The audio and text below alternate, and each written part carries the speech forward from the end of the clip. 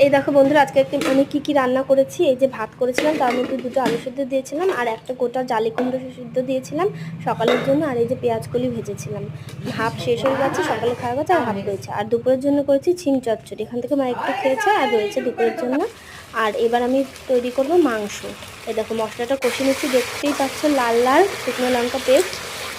এই দেখো দেখে নিচ্ছি তোমাদের। মশলাটা কষিয়ে নেওয়ার পর এবার আমি এর মধ্যে দিয়ে দিলাম মাংসটা দেখো মিশিয়ে নিচ্ছি মশলার সাথে। তার উপর লবণের গুঁড়ো ছিটিয়ে দিলাম, তার উপর টমেটো কুচি দিয়ে মাংসটা মিশিয়ে নেব।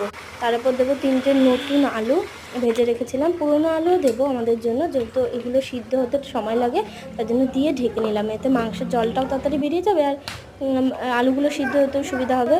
এরপর আমি এর মধ্যে হলুদ গুঁড়ো, জিরে গুঁড়ো আর অল্প চিনি গুঁড়ো দিয়ে মানে চিনি দিয়ে দিলাম আর কি। এরপর কষিয়ে জল দিয়ে দিলাম। এবার দেখো মাংস রেডি।